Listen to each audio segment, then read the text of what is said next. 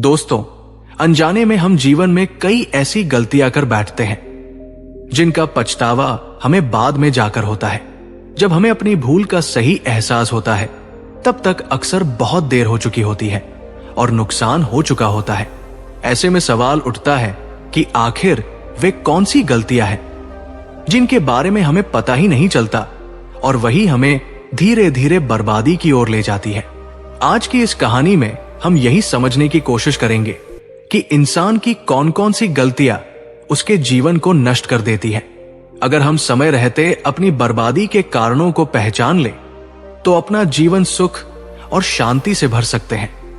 बहुत पुराने समय की बात है। एक नगर में एक अत्यंत धनी सेठ रहा करता था। उसके पास धन दौलत और हर तरह की सुख सुविधाएं थी, लेकिन संतान का सुख उसे प्राप्त नहीं था। इसी कमी के कारण वो हमेशा चिंतित और उदास रहता था। एक दिन उसे यह समाचार मिला कि उसकी पत्नी गर्भवती है। यह सुनकर उसके चेहरे पर खुशी लौट आई। इसके बाद उसने अपनी पत्नी का विशेष ध्यान रखना शुरू कर दिया।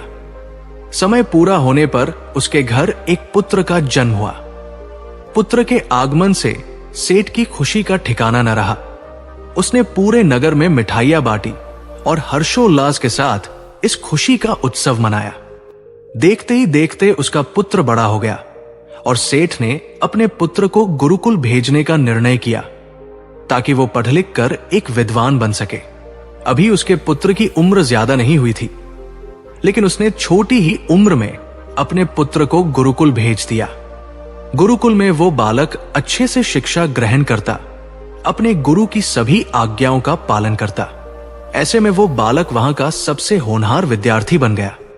गुरुकुल में उस बालक ने सारे वेद, पुराण और शास्त्रों का अध्ययन किया और बहुत बड़ा विद्वान बन गया। गुरु भी उस बालक से बहुत ही प्रसन्न थे कि उसने छोटी सी ही उम्र में सारा ज्ञान अर्जित कर लिया। लेकिन वो कहते हैं ना, समय कब बदल जाए किसी को पता नहीं रहता है। ऐसे ही एक दिन किसी प्राकृतिक आपदा की वजह से उसके माता पिता की मृत्यु हो गई और जब उसके माता पिता की मृत्यु हुई तब तक उस बालक की शिक्षा पूर्ण नहीं हुई थी। और जब उस बालक ने इस खबर को सुना कि उसके माता पिता इस दुनिया में नहीं रहे और उनका सब कुछ बर्बाद हो चुका है, तो उस बालक का इस सांसारिक मोहमाया से मन उठ गया। उसके बाद उस बालक ने निश्चय किया कि वो गुरुकुल से शिक्षा पूर्ण करने के बाद अपना संपूर्ण जीवन लोगों की भलाई में व्यतीत कर देगा। जब उस बालक की शिक्षा पूर्ण हो गई, उसके बाद वो बालक सन्यासी बन गया और वो सांसारिक वस्तुओं से दूर हिमालय के जंगल में चला गया। वन में जाकर उसने लंबे समय तक तपस्या की। तपस्या पूर्ण करने के बाद उस सन्यासी ने लोगों को शिक्षा देना प्रारंभ कर दिया। समय के साथ साथ उस सन्यासी की चर्चा चारों तरफ होने लगी और दूर दूर से लोग उसके पास शिक्षा ग्रहण करने आने लगे। बहुत से लोग उसके पास अपनी समस्याओं का समाधान खोजने के लिए भी आने लगे। सन्यासी सभी लोगों की समस्याएं बड़ी आसानी से सुलझा देता, जिस वजह से वो पूरे राज्य में मशहूर हो गया था। लेकिन जिस नगर में वह रहता था, उस नगर का राजा एक क्रूर व्यक्ति था। जब राजा को उस सन्यासी के बारे में पता चला तो उस राजा ने उससे मिलने का निश्चय किया। अगली सुबह राजा अपने महल से निकलकर उस सन्यासी से मिलने के लिए निकल गया और सन्यासी की कुटिया के बाहर पहुंच गया। वहां पहुंचकर जब राजा ने उस सन्यासी को देखा, तब राजा उस सन्यासी को देखता ही रह गया। उसके चेहरे पर एक अलग ही तेज था। जब वो उस सन्यासी के पास पहुंचा तब राजा को अपार शांति का अनुभव हुआ। उस राजा ने सन्यासी को प्रणाम किया और उनके पास ही बैठ गया और उनसे वार्तालाप करने लगा। वो राजा पहली ही मुलाकात में उस सन्यासी के व्यक्तित्व से इतना प्रभावित हुआ कि उसने उसी समय से अच्छाई की राह पर चलने की ठान ली। वो मन ही मन सोचने लगा कि इतनी छोटी सी मुलाकात में ये सन्यासी मुझे इतना बदल सकता है, तो अगर ये हमेशा मेरे साथ ही रहने लगे तो मेरी तो जिंदगी ही बदल जाएगी। और यही सोचकर राजा सन्यासी से महल चलने का आग्रह करने लगा। राजा का आग्रह सुनकर सन्यासी मना नहीं कर पाया और वो राजमहल चलने को तैयार हो गए। फिर राजा सन्यासी को लेकर राजमहल की ओर चल दिया। राजमहल पहुंचने पर राजा ने सन्यासी का खूब आदर सत्कार किया और उसके बाद राजा ने सन्यासी को एक शाही कमरे में भोजन करवाया। भोजन के बाद सन्यासी ने राजा को धन्यवाद कहा और राजा से जाने की अनुमति मांगी। यह सुनकर राजा ने कहा कि आप हमारे बगीचे में जब तक चाहे रह सकते हैं।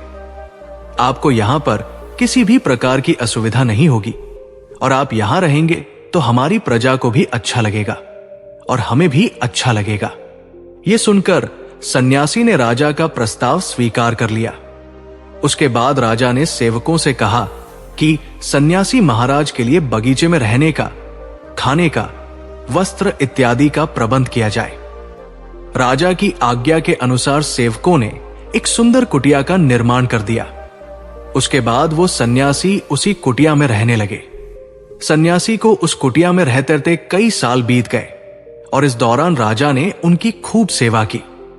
एक बार एक आवश्यक काम की वजह से राजा और रानी को किसी दूसरे राज्य में जाना पड़ा, इसलिए उन्होंने एक सेवादार को सन्यासी की सेवा में नियुक्त कर दिया। पर वो सेवादार राजा के जाने के बाद बीमार पड़ गया और अपने घर चला गया और कभी लौटकर वापस नहीं आया। ऐसे में राजा जब वापस आया तो सन्यासी ने क्रोध के मारे उस राजा को बहुत कुछ सुनाया और राजा से कहा कि हे राजन, जो जिम्मेदारी तुम पूरा नहीं कर सकते तो उसे उठाते ही क्यों? तब राजा ने सन्यासी से क्षमा मांगते हुए कहा, हे गुरुदेव, यदि मुझसे कोई भूल हो गई हो तो उसके लिए मैं आपसे क्षमा मांगता हूं।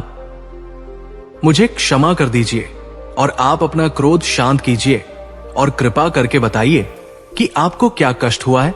यह सुनकर उस सन्यासी ने कहा कि तुम्हारे जाने के बाद मुझे यहां पर किसी ने भोजन नहीं दिया और मैं बहुत दिनों तक भूखा ही रहा। मुझे यहां पर आकर किसी ने पूछा तक नहीं कि मैं किस हाल में हूं। यह सुनकर राजा ने सन्यासी से फिर से क्षमा मांगी और कहा, हे गुरुदेव, आज के बाद ऐसी कोई गलती नहीं होगी। और इसके बाद मामला शांत हो गया। जब राजा और सन्यासी के बीच वार्तालाप हो रही थी तब रानी भी ये सारी बातें चुपके से सुन रही थी और सब कुछ देख रही थी। उसके बाद राजा ने उस सन्यासी को कोई भी शिकायत का मौका नहीं दिया और उसकी खूब सेवा की। परंतु कुछ दिनों बाद राजा को फिर किसी आवश्यक कार्य से अपने राज्य से बाहर जाना पड़ा। लेकिन इस बार राजा ने राज्य से बाहर जाने से पहले अपनी रानी को कहा कि जब तक मैं नहीं आऊं तब तक आप स्वयं सन्यासी की देखभाल करोगी। यह सुनकर रानी ने कहा कि जी महाराज, आप निश्चिंत होकर जाइए, मैं सन्यासी महाराज की अच्छे से सेवा करूंगी। उसके बाद रानी हर रोज भोजन बनाकर सन्यासी को भेज देती थी। लेकिन एक दिन रानी नहाने के लिए चली गई और सन्यासी को भोजन देना भूल गई। सन्यासी ने काफी देर तक भोजन का इंतजार किया, लेकिन जब भोजन नहीं आया तो सन्यासी सोच में पड़ गया कि आज खाना क्यों नहीं आया। उसके बाद सन्यासी ने सोचा कि वो खुद महल में जाकर देखेगा कि आखिर अब तक खाना क्यों नहीं आया, और फिर वो महल पहुंच गया। जब वो महल के अंदर दाखिल हुआ, वहां उसकी नजर रानी पर पड़ी। रानी के लंबे लंबे घने काले बाल जो कि उसकी कमर पर लहरा रहे थे, उसकी कजरारी आंखें जो देखने मात्र से किसी को भी घायल कर दे, उसकी हिरनी जैसी चाल। रानी के इतने सुंदर रूप को देखकर सन्यासी चकित हो गया और रानी की सुंदरता सन्यासी के मन में घर कर गई। वो वहां से बिना कुछ कहे ही अपनी कुटिया में लौट आया। सन्यासी रानी के रूप की सुंदरता को भुला ना सका और वो खाना पीना छोड़कर अपनी कुटिया में पड़ा रहा। सन्यासी ने अपने विचारों के चलते कई दिनों तक कुछ नहीं खाया, जिस वजह से वो बहुत कमजोर हो गया। फिर कुछ समय बाद राजा वापस लौटे और जब उन्हें सन्यासी की हालत का पता चला तो वो सीधे सन्यासी से मिलने उनकी कुटिया के पास पहुंच गए और बोले कि हे गुरुदेव, क्या बात है, आपको क्या हो गया है और आप इतने कमजोर कैसे हो गए? आखिर आपको किस बात की चिंता है? किस गहरी सोच में डूबे हुए हो? क्या मुझसे कोई भूल हो गई है? तब सन्यासी ने कहा कि नहीं राजन, आपसे कोई भूल नहीं हुई है।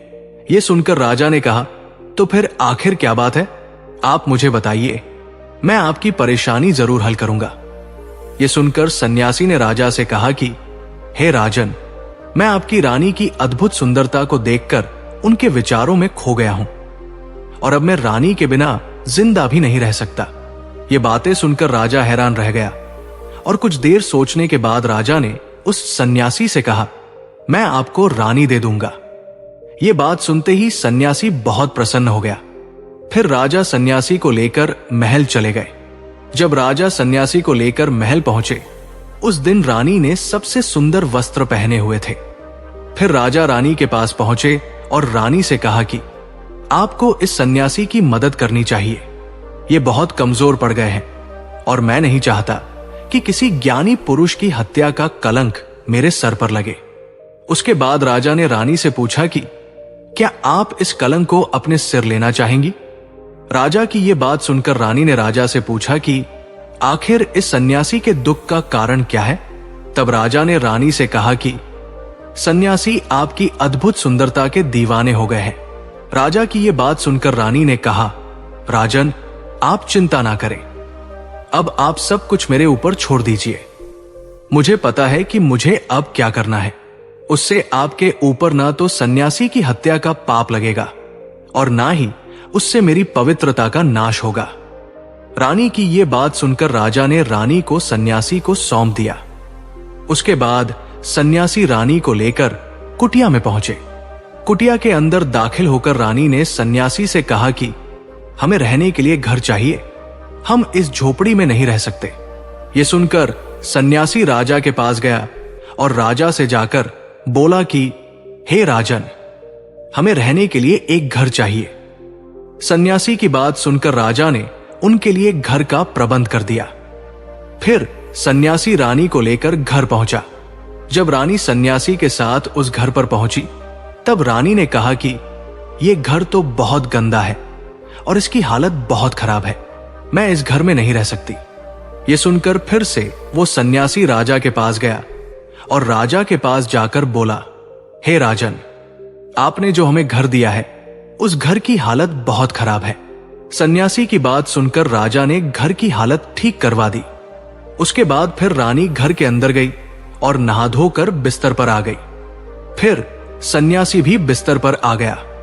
फिर उसके बाद रानी ने सन्यासी से कहा कि आपको पता है आप कौन हैं और अब आप क्या बन गए हैं? आप एक महान सन्यासी थे जिसके लिए राजा स्वयं सारी सुविधाएं उपलब्ध कराते थे। ऐसा सन्यासी जिसके पास लोग दूर दूर से ज्ञान ग्रहण करने के लिए आते थे, जो लोगों को सत्य की राह दिखाया करते थे, जो लोगों की समस्याओं का समाधान करते थे, जिनको सभी लोग सर्वश्रेष्ठ गुरु मानने लगे थे, जिनकी लोग भगवान के रूप में भी पूजा किया करते थे। और आज आप अपनी वासना के कारण मेरे गुलाम बन गए हैं। रानी की ये सारी बातें सुनकर उस सन्यासी को बड़ा झटका लगा और उसे महसूस हुआ कि वह तो एक सन्यासी है और वो ये सब क्या कर रहा है। वो तो इन सारी सुख सुविधाओं को छोड़कर शांति की तलाश में वन में चला गया था। जब सन्यासी को सुध-बुध आई तो वो जोर जोर से रोने लगा और चिल्लाने लगा और रानी से कहने लगा, मुझे क्षमा कीजिए महारानी, मैं ये क्या करने जा रहा था। मैं अभी इसी वक्त आपको राजा के पास सौंपता हूं। सन्यासी की यह बात सुनकर रानी ने सन्यासी से प्रश्न किया कि हे गुरुदेव, मेरे मन में भी एक प्रश्न उठ रहा है, कृपया मेरे प्रश्न का उत्तर दीजिए। रानी की यह बात सुनकर सन्यासी ने कहा, पूछो, तुम्हारा क्या प्रश्न है? फिर रानी ने कहा, जब आपको उस दिन भोजन नहीं मिला तो आप बहुत क्रोधित हो गए थे। तब मैंने आपका यह रूप पहली बार देखा था और तभी से मैं आपके व्यवहार में परिवर्तन महसूस कर रही हूं। ऐसा क्यों हुआ गुरुदेव? आखिर आपको इतना क्रोध क्यों आया? आपने तो शांति की प्राप्ति कर ली थी। रानी की बातें सुनकर सन्यासी ने कहा कि जब मैं वन में था तो मुझे समय पर भोजन नहीं मिलता था, लेकिन जब मैं महल में आया तो महल में आने के बाद मुझे सारी सुख सुविधाएं प्राप्त हुई और फिर मैं इन सभी सुख सुविधाओं का आदी हो गया। मुझे इसके प्रति लगाव उत्पन्न हो गया और फिर मुझे इसको पाने का लालच उत्पन्न हो गया और जब मुझे ये नहीं मिला तो मेरे अंदर क्रोध उत्पन्न हो गया। फिर सन्यासी ने कहा, महारानी, अगर इच्छा पूरी ना हो तो क्रोध उत्पन्न होता है, और अगर इच्छा पूरी हो जाए तो लालच बढ़ जाता है। सन्यासी ने आगे कहा, ये इच्छा की पूर्ति ही मुझे वासना के द्वार पर ले आई है और मैं आपके प्रति आकर्षित हो गया। इसके बाद वो सन्यासी रानी को लेकर राजा के पास पहुंचा और बोला, हे राजन, मुझे क्षमा कर दीजिए, मुझे अपनी गलती का एहसास हो गया है। ये लो आपकी रानी, मुझे ये सब नहीं चाहिए। मैं अपनी इच्छा के वशीभूत होकर ये गलत कार्य करने जा रहा था और अपने जीवन को बर्बाद कर रहा था, लेकिन अब मुझे सब कुछ समझ आ गया है। उसके बाद उस सन्यासी ने कहा कि हे राजन, मनुष्य की बर्बादी का कारण उसकी 4 आदतें बनती हैं और दुनिया के हर एक व्यक्ति के अंदर ये 4 अवगुण होते हैं, लेकिन जो व्यक्ति इन पर नियंत्रण पा लेता है वो दुख और परेशानियों से बच जाता है, और वहीं जो व्यक्ति इन 4 दोषों पर नियंत्रण नहीं कर पाता है वो बर्बाद होने के कगार पर पहुंच जाता है। यह सुनकर राजा ने कहा, हे गुरुदेव, आप मुझे वो 4 आदतें बताइए जिससे मनुष्य की बर्बादी हो जाती है। फिर सन्यासी ने राजा को मनुष्यों को बर्बाद कर देने वाली 4 आदतों के बारे में बताया कि हे राजन, मनुष्यों को बर्बाद करने वाली पहली आदत है उसकी इच्छा, क्योंकि इच्छा ही दुनिया के हर एक व्यक्ति के अंदर पहला अवगुण होता है। जो व्यक्ति अपनी इच्छाओं को नियंत्रण में नहीं रख पाता है वो जीवन में किसी भी जगह सफल नहीं हो पाता है, क्योंकि जैसे ही उसकी एक इच्छा पूरी होती है वो दूसरी की ओर बढ़ने लगता है, और दूसरी पूरी होती है तो तीसरी इच्छा उसके मन में जागृत हो जाती है, और फिर ऐसा करते करते इच्छाओं पर नियंत्रण न होने के कारण इंसान के मन में संतोष का भाव नहीं आ पाता है और वह इसी जाल में उलझा रहता है, दुखी रहता है। इसीलिए राजन, जब हम अपनी इच्छाओं पर नियंत्रण पा लेते हैं तो हम हमारे मन पर भी नियंत्रण कर लेते हैं, और जब हमारा मन हमारे वश में होता है तो हमें सुख ही सुख की प्राप्ति होती है। फिर जो हम चाहते हैं वही हमारे साथ होता है। फिर सन्यासी कहता है कि हे राजन, मनुष्य को बर्बाद करने वाली दूसरी आदत है वासना। वासना का जन्म हमारे मन में उठने वाली इच्छाओं से होता है। जिस प्रकार इच्छाओं का कोई अंत नहीं होता, उसी तरह मनुष्य वासना के जाल में फंसता ही चला जाता है। वासना में वशीभूत होकर इंसान को कुछ भी नजर नहीं आता है। आज तक जितनी भी लड़ाइयां हुई है उसका सबसे बड़ा कारण स्त्री को पाने की इच्छा के कारण ही हुई है। स्त्री के प्रेम में वशीभूत होकर आज से पहले कई राजा महाराजाओं ने युद्ध किया है। रावण एक बड़ा बुद्धिमान व्यक्ति था, लेकिन वो माता सीता की सुंदरता से वशीभूत होकर अपने आप को बर्बाद कर लिया। उसकी मृत्यु का कारण एक स्त्री ही बनी थी। कई राजा महाराजा तो युद्ध में इसलिए हार गए क्योंकि वो लोग स्त्रियों से रासलीला रचाने में ही रह गए। ईश्वर ने तो स्त्री की उत्पत्ति इस संसार को बनाने के लिए की है, लेकिन आजकल लोगों ने इसे अपनी वासना का रूप बना लिया है। स्त्री को अपने मनोरंजन का सामान सोचने लगे हैं, और जब उन्हें अपना ये मनोरंजन नहीं मिलता तो वो पागल हो जाते हैं और ना जाने क्या क्या कर बैठते हैं। इसलिए हे राजन, जितना हो सके उतना वासना से दूर रहना चाहिए। फिर सन्यासी कहते हैं कि हे राजन, मनुष्य को बर्बाद करने वाली तीसरी आदत है क्रोध, क्योंकि जब मनुष्य की वासना की पूर्ति नहीं होती है तो उसके अंदर क्रोध उत्पन्न हो जाता है, और जब व्यक्ति को क्रोध आता है तो उस पर उसका नियंत्रण नहीं होता है, और फिर वो क्रोध में आकर कई गलत निर्णय ले लेता है। क्रोध में व्यक्ति दूसरों को भला बुरा कह देता है, गालियां भी निकाल देता है, और जब उनका क्रोध शांत होता है तो उन्हें अपनी गलतियों का एहसास होता है, लेकिन तब तक तो सब कुछ बर्बाद हो चुका होता है। क्रोध के कारण मनुष्य के कई बने बनाए काम बिगड़ जाते हैं।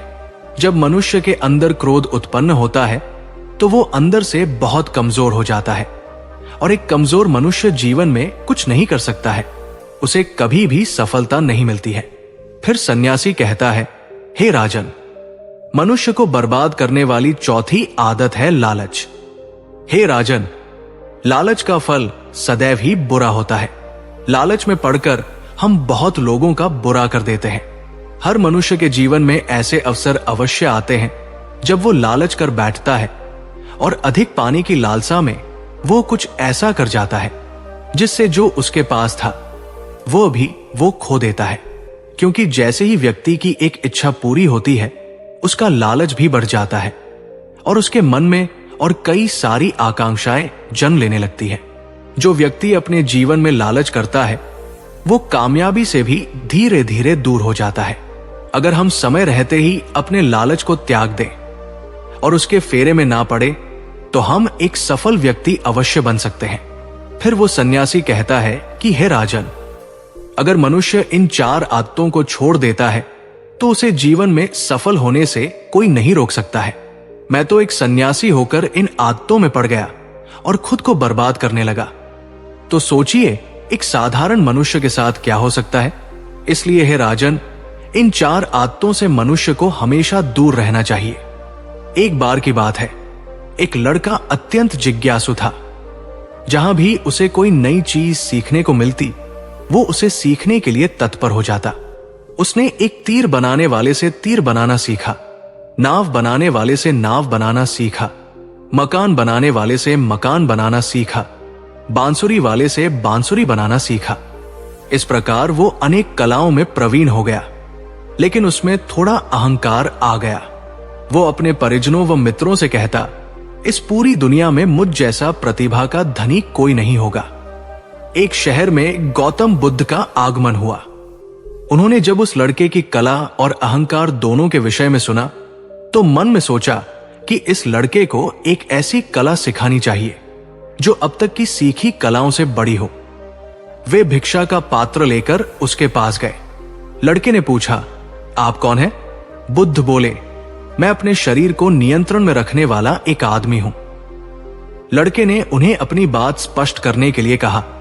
तब उन्होंने कहा, जो तीर चलाना जानता है वो तीर चलाता है, जो नाव चलाना जानता है वो नाव चलाता है, जो मकान बनाना जानता है वो मकान बनाता है, मगर जो ज्ञानी है वो स्वयं पर शासन करता है। लड़के ने पूछा, वो कैसे? बुद्ध ने उत्तर दिया, यदि कोई उसकी प्रशंसा करता है तो वो अभिमान से फूलकर खुश नहीं हो जाता, और यदि कोई उसकी निंदा करता है तो भी वो शांत बना रहता है। ऐसा व्यक्ति ही सदैव आनंद में रहता है। लड़का जान गया कि सबसे बड़ी कला स्वयं को वश में रखना है। कथा सार यह है कि आत्मनियंत्रण जब सध जाता है तो सब संभव हो जाता है, और यही संभव अनुकूल प्रतिकूल दोनों स्थितियों में हमें प्रसन्न रखता है। सिद्धार्थ ने मौन का महत्व समझाया। कथा सिद्धार्थ के जीवन के उस दौर की है जब वे बुद्धत्व को प्राप्त नहीं हुए थे और निरंजना नदी के तटीय वनों में वृक्ष के नीचे ध्यान करते थे। सिद्धार्थ प्रतिदिन ध्यान करने के बाद पास के किसी गांव में चले जाते और भिक्षा मांगकर लौट आते। कुछ दिनों के बाद उन्होंने भिक्षा पर जाना बंद कर दिया, क्योंकि एक गांव के प्रधान की छोटी बेटी सुजाता उनके लिए नित्य भोजन लाने लगी। सिद्धार्थ को वो बड़े स्नेह से भोजन कराती थी। कुछ दिनों बाद उसी गांव का एक चरवाहा भी सिद्धार्थ से प्रभावित होकर उनके पास आने लगा। उसका नाम स्वस्ति था। एक दिन स्वस्ति से सिद्धार्थ बातें कर रहे थे कि सुजाता भोजन लेकर आई। जैसे ही सिद्धार्थ ने भोजन करना शुरू किया, उन्होंने बातचीत बंद कर दी। जितनी देर तक वे भोजन करते रहे बिल्कुल चुप रहे और वहां सन्नाटा छाया रहा। स्वस्ति को हैरानी हुई। उसने सिद्धार्थ के भोजन करने के उपरांत उनसे पूछा, गुरुदेव, आप मेरे आने के बाद निरंतर वार्तालाप करते रहे, किंतु भोजन के समय एक शब्द भी नहीं बोले। इसका क्या कारण है? सिद्धार्थ बोले, भोजन का निर्माण बड़ी कठिनाई से होता है। किसान पहले बीज बोता है, फिर पौधों की रखवाली करता है और तब कहीं जाकर अनाज पैदा होता है। फिर घर की महिलाएं उसे बड़े जतन से खाने योग्य बनाती है। इतनी कठिनाई से तैयार भोजन का पूरा आनंद तभी संभव है जब हम पूर्णतः मौन हो। आत्म भोजन के दौरान मैं मौन रहकर उसका पूरा स्वाद लेता हूं। वस्तुतः शांति से किया गया भोजन न केवल शारीरिक भूख को तृप्त करता है, बल्कि मानसिक आनंद और सात्विक ऊर्जा भी देता है। बुद्ध ने संयम रखना सिखाया। बुद्ध के पास उनका एक शिष्य आया और बौखलाए स्वर में बोला, जमींदार राम सिंह ने मेरा अपमान किया है। आप अभी चलें, उसे सबक सिखाना होगा। बुद्ध बोले, प्रियवर, सच्चे बौद्ध का अपमान करने की शक्ति किसी में नहीं होती। तुम इस बात को भुला दो। जब प्रसंग भुला दोगे तो अपमान कहां बचा रहेगा? शिष्य ने कहा, उसने आपके प्रति भी अपशब्दों का प्रयोग किया था। आप चलिए तो सही, आपको देखते ही वो शर्मिंदा हो जाएगा और क्षमा मांग लेगा।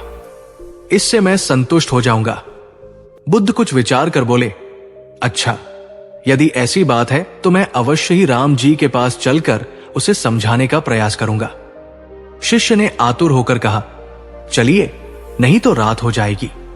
बुद्ध ने कहा, रात आएगी तो क्या, रात के पश्चात दिन भी तो आएगा। यदि तुम वहां चलना आवश्यक ही समझते हो तो मुझे कल याद दिलाना, कल चलेंगे। दूसरे दिन बात आई गई हो गई। शिष्य अपने काम में लग गया और बुद्ध अपनी साधना में लीन हो गए। दोपहर होने पर बुद्ध ने शिष्य से पूछा, आज राम जी के पास चलना है? शिष्य ने कहा, नहीं, मैंने जब घटना पर फिर से विचार किया तो मुझे इस बात का आभास हुआ कि भूल मेरी ही थी।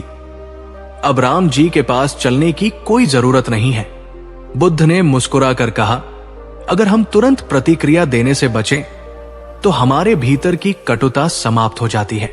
शिष्य बुद्ध का आशय समझ उनके प्रति नतमस्तक हो गया। ध्यान और सावधानी का रहस्य। महात्मा गौतम बुद्ध के श्रावस्ती में प्रवचन चल रहे थे। प्रवचन में नित्य ही बड़ी संख्या में लोग आते और विविध महत्वपूर्ण व गंभीर विषयों पर बुद्ध से ज्ञान ग्रहण करते।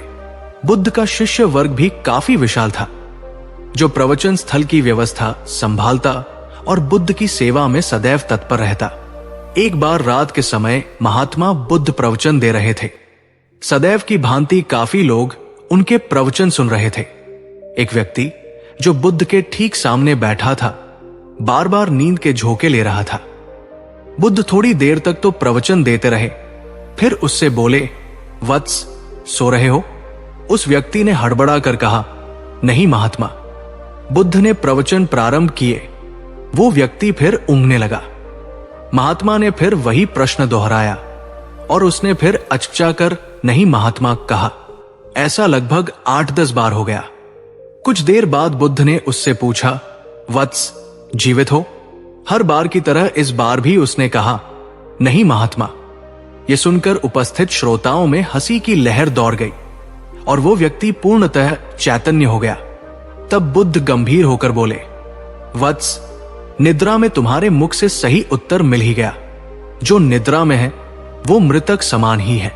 महात्मा बुद्ध का संकेत था कि गुरु से ज्ञान ग्रहण करते वक्त सजगता अत्यंत आवश्यक है। गाफिल रहने की स्थिति में ज्ञान की प्राप्ति पूर्ण नहीं होती और अधकचरा ज्ञान सदैव खतरनाक साबित होता है। एक क्रोधी ने बौद्ध धर्म अपनाया। बौद्ध भिक्षु बोधि धर्म भ्रमण करते हुए एक गांव में पहुंचे। लोग उनका बहुत आदर करते थे।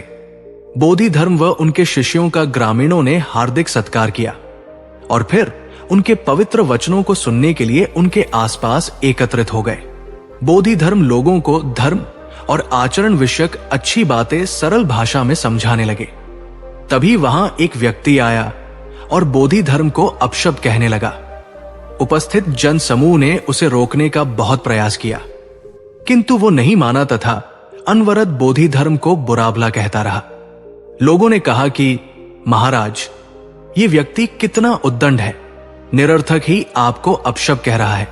बोधि धर्म उस व्यक्ति के इस आचरण पर कदापि क्रोधित नहीं हुए और लोगों से बोले कि यह भविष्य में मेरा सबसे बड़ा भक्त बनने वाला है। लोगों ने पूछा कि कैसे? बोधि धर्म ने उत्तर दिया, कोई कुम्हार के यहां घड़ा लेने जाता है तो घड़े को बजाकर देखा जाता है कि वो फूटा हुआ तो नहीं है। जब 1-2 रुपए के घड़े को कोई इतनी परख कर सकता है तो भला जिसे गुरु मानना है उसे 10 से 20 गालियां दिए बगैर कैसे पहचानेगा? पहले वो परीक्षा लेगा कि गुरु में धैर्य, आक्रोश व समता भाव कितना है। ये जानने के बाद ही तो वो गुरु को स्वीकारेगा। इसलिए ये व्यक्ति मुझे निरर्थक ही अपशब्द नहीं कह रहा है और आगे चलकर वास्तव में वो व्यक्ति बोधि धर्म का सबसे बड़ा भक्त बना। किसी को शिक्षा देने से पूर्व स्वयं का आचरण भी तदनुरूप होना चाहिए। तभी गुरु का महान पद मिलता है। वस्तुतः गुरु की गुरुता तभी स्वीकारी जाती है जब उसमें सदाचरण के सभी लक्षण मौजूद हों। साधना का महत्व। महात्मा बुद्ध ज्ञान प्राप्ति के लिए घोर तप में लगे थे। उन्होंने शरीर को काफी कष्ट दिया, यात्राएं की, घने जंगलों में कठिन साधना की, पर आत्मज्ञान की प्राप्ति नहीं हुई। निराश हो बुद्ध सोचने लगे, मैंने अभी तक कुछ भी प्राप्त नहीं किया, अब आगे क्या कर पाऊंगा। निराशा और अविश्वास के इन नकारात्मक भावों ने उन्हें क्षुब्ध कर दिया। कुछ ही क्षणों के बाद उन्हें प्यास लगी। वे थोड़ी दूर स्थित एक झील तक पहुंचे। वहां उन्होंने एक दृश्य देखा कि एक नन्ही सी गिलहरी के 2 बच्चे झील में डूब गए। पहले तो वो गिलहरी जड़वत बैठी रही, फिर कुछ देर बाद उठकर झील के पास गई, अपना सारा शरीर झील के पानी में भिगोया और फिर बाहर आकर पानी झाड़ने लगी। ऐसा वो बार बार करने लगी। बुद्ध सोचने लगे कि इस गिलहरी का प्रयास कितना मूर्खतापूर्ण है। क्या कभी ये इस झील को सुखा सकेगी? किंतु गिलहरी का ये क्रम लगातार जारी था। बुद्ध को लगा मानो गिलहरी कह रही हो कि ये झील कभी खाली होगी या नहीं, ये मैं नहीं जानती, किंतु मैं अपना प्रयास नहीं छोड़ूंगी। आता उस छोटी सी गिलहरी ने भगवान बुद्ध को अपने लक्ष्य मार्ग से विचलित होने से बचा लिया। वे सोचने लगे कि जब ये नन्ही गिलहरी अपने लघु सामर्थ्य से झील को सुखा देने के लिए दृढ़ संकल्पित है, तो मुझ में क्या कमी है? मैं तो इससे 1000 गुना अधिक क्षमता रखता हूं। ये सोचकर गौतम बुद्ध पुनः अपनी साधना में लग गए और एक दिन बोधि वृक्ष तले उन्हें ज्ञान का आलोक प्राप्त हुआ। ये कथा असफलता के बावजूद प्रयासों की निरंतरता पर बल देती है। यदि हम प्रयास करना ना छोड़े तो एक न एक दिन लक्ष्य की प्राप्ति हो ही जाती है। बुद्ध का समत्व भाव। गौतम बुद्ध निर्जन जंगल में एक पहाड़ी पर बैठे ध्यान कर रहे थे। वहां चारों ओर शांति थी, कहीं कोई शोर नहीं था। ध्यान करने के लिए इससे उपयुक्त स्थान और कहीं नहीं हो सकता, यही सोचकर बुद्ध ने इसे चुना था। अचानक इस नीरवता को एक कोलाहल ने भंग कर दिया। कुछ दुष्चरित्र आमोद प्रमोद के लिए आ धमके। एक क्षण में वातावरण की पवित्रता भंग हो गई और शांति अशांति में बदल गई। उन लोगों ने मदिरापान शुरू कर दिया। इसी बीच वेश्या अवसर पाकर भाग गई। उन दुष्टों ने उसे वस्त्र विहीन कर दिया था। जब मदिरा का नशा थोड़ा उतरा तो वे लोग उसे खोजने निकले। थोड़ी दूर जाने पर उन्हें ध्यानस्थ बुद्ध दिखाई दिए। उन्होंने बुद्ध का ध्यान भंग कर पूछा, क्या तुमने यहां से किसी को जाते देखा? बुद्ध के नहीं कहने पर उन्होंने फिर पूछा, क्या तुमने एक सुंदर स्त्री को यहां से जाते देखा? बुद्ध द्वारा इनकार करने पर उन्होंने निर्लजता से पूछा, क्या यहां से एक निर्वस्त्र स्त्री को भागकर जाते देखा? बुद्ध ने शांत भाव से उत्तर दिया, यहां से कोई गया जरूर था, किंतु वो स्त्री थी या पुरुष, मेरे लिए यह पहचान करना असंभव है। जब तुम्हारा मन भी वासना विहीन हो जाएगा तो वो भी स्त्री पुरुष या वस्त्रधारी निर्वस्त्रधारी का भेद करना भूल जाएगा। सभी दुष्ट अपनी भूल जान लज्जित होकर वहां से चले गए। सार यह है कि साधु विकार रहित और निरपेक्ष दृष्टि से देखता है। वहां प्राणी मात्र में किसी प्रकार के भेद के लिए कोई स्थान नहीं होता। आत्मा साक्षात्कार आवश्यक है। जीवन में एक अज्ञात भय ऐसा है जो ज्ञात भी है परंतु है सबसे बड़ा, और वो है मृत्यु का भय। उम्र, मौत और जिंदगी, इन तीनों के मामले में संसारी और साधु का फर्क देखें तो भयमुक्त हुआ जा सकता है। संत कितना जिए ये महत्वपूर्ण नहीं होता, कैसे जिए ये उपयोगी होता है। देह त्यागने के पूर्व बुद्ध ने जो अंतिम वाक्य कहे थे उसे समझा जाना चाहिए। हदानी भिख वे आमंत्र याम वो धमास रवारा आप मादन संपाद थाती, अर्थात हर वस्तु नाशवान है। जीवन का संपादन अप्रमाद के साथ करो। आलस्य के साथ वासना का समावेश हो जाए तो प्रमाद शुरू होता है। बुद्ध ने अपने भिक्षुओं को अपनी अंतिम क्रिया के बारे में भी विस्तार से समझा दिया था। मौत को उन्होंने उत्सव बनाया। भौतिकता की आंधी में आज हम इतने भयभीत हैं कि सांप को तो मार देते हैं और रस्सी से डर जाते हैं। हमारी मौत अवसाद तथा संतों की मृत्यु उपदेश हो जाती है। इसे दिव्य बनाने का प्रयास उम्र के हर पल में और जिंदगी के हर पड़ाव पर सतत करना होगा। कहते हैं जब बुद्ध संसार से गए तो उनकी उम्र 80 वर्ष थी, लेकिन संत समाज मानता है कि वे 40 साल के थे, क्योंकि जब वे 40 वर्ष के थे तब एक पीपल के वृक्ष के नीचे 7 दिन सतत समाधि में रहे और तभी उन्हें पूर्णिमा के दिन बुद्धत्व प्राप्त हुआ था। उसके बाद वे 40 वर्ष और जीवित रहे। अध्यात्म कहता है उम्र तो उसी को मानेंगे जिन क्षणों में आप स्वयं को जान गए। इसलिए याद रखें, कितना जिए ये संसार का समीकरण है, कैसा जिए ये अध्यात्म का गणित है। कौन कौन मोक्ष चाहते हैं? तो वे बोले, इशुकार बाण बना लेता है, नौचालक जहाज पर नियंत्रण रख लेता है, गृह निर्माता घर भी बना लेता है, किंतु वो तो महाविद्वान नहीं होगा जो अपने शरीर और मन पर विजय पा सके। सार की प्रशंसा व अपशब्द दोनों ही दशाओं में जिसका मन स्थिर रहे, वही साधक शांति और निर्वाण को प्राप्त करता है। गौतम बुद्ध की इन बातों को सुनकर ब्रह्मचारी को अपनी भूल का एहसास हुआ। वस्तुतः अहंकार का त्याग ही ईश उपलब्धि का द्वार है। इसलिए ईश्वर की प्राप्ति के इच्छुक भक्त को अहंकार से सर्वथा मुक्त रहना चाहिए। साधना का महत्व। पुनः महात्मा बुद्ध ज्ञान प्राप्ति के लिए घोर तप में लगे थे। उन्होंने शरीर को काफी कष्ट दिया, यात्राएं की, घने जंगलों में कठिन साधना की, पर आत्मज्ञान की प्राप्ति नहीं हुई। निराश हो बुद्ध सोचने लगे, मैंने अभी तक कुछ भी प्राप्त नहीं किया, अब आगे क्या कर पाऊंगा। निराशा और अविश्वास के इन नकारात्मक भावों ने उन्हें क्षुब्ध कर दिया। कुछ ही क्षणों के बाद उन्हें प्यास लगी। वे थोड़ी दूर स्थित एक झील तक पहुंचे। वहां उन्होंने एक दृश्य देखा कि एक नन्ही सी गिलहरी के 2 बच्चे झील में डूब गए। पहले तो वो गिलहरी जड़वत बैठी रही, फिर कुछ देर बाद उठकर झील के पास गई, अपना सारा शरीर झील के पानी में भिगोया और फिर बाहर आकर पानी झाड़ने लगी। ऐसा वो बार बार करने लगी। बुद्ध सोचने लगे कि इस गिलहरी का प्रयास कितना मूर्खतापूर्ण है, क्या कभी ये इस झील को सुखा सकेगी? किंतु गिलहरी का ये क्रम लगातार जारी था। बुद्ध को लगा मानो गिलहरी कह रही हो कि ये झील कभी खाली होगी या नहीं, ये मैं नहीं जानती, किंतु मैं अपना प्रयास नहीं छोड़ूंगी। आता उस छोटी सी गिलहरी ने भगवान बुद्ध को अपने लक्ष्य मार्ग से विचलित होने से बचा लिया। वे सोचने लगे कि जब ये नन्ही गिलहरी अपने लघु सामर्थ्य से झील को सुखा देने के लिए दृढ़ संकल्पित है, तो मुझ में क्या कमी है? मैं तो इससे 1000 गुना अधिक क्षमता रखता हूं। ये सोचकर गौतम बुद्ध पुनः अपनी साधना में लग गए और एक दिन बोधि वृक्ष तले उन्हें ज्ञान का आलोक प्राप्त हुआ। ये कथा असफलता के बावजूद प्रयासों की निरंतरता पर बल देती है।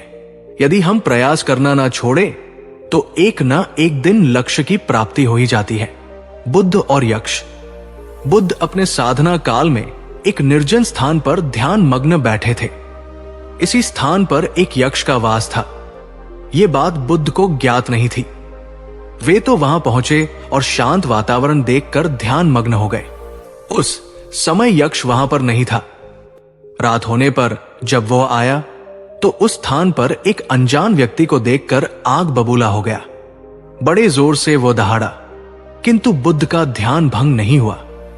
यक्ष ने उन्हें हाथी का रूप धारण कर डराना चाहा, किंतु बुद्ध यथावत ध्यान मग्न बैठे रहे। उसने बुद्ध को डराने के लिए क्रमशः शेर, चीता, बाघ आदि का रूप धारण किया, किंतु बुद्ध अविचल ही बने रहे।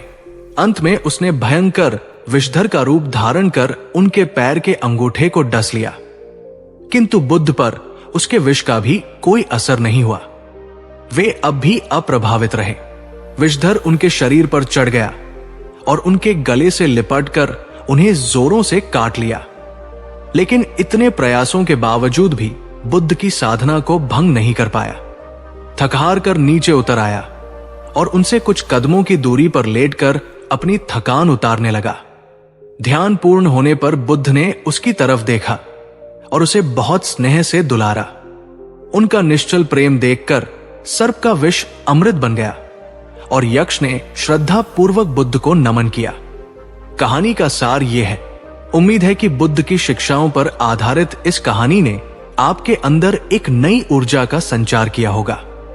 अगर आपने इससे कुछ सीखा है तो वीडियो को लाइक करें और इसे अपने मित्रों के साथ शेयर करना न भूलें। ऐसी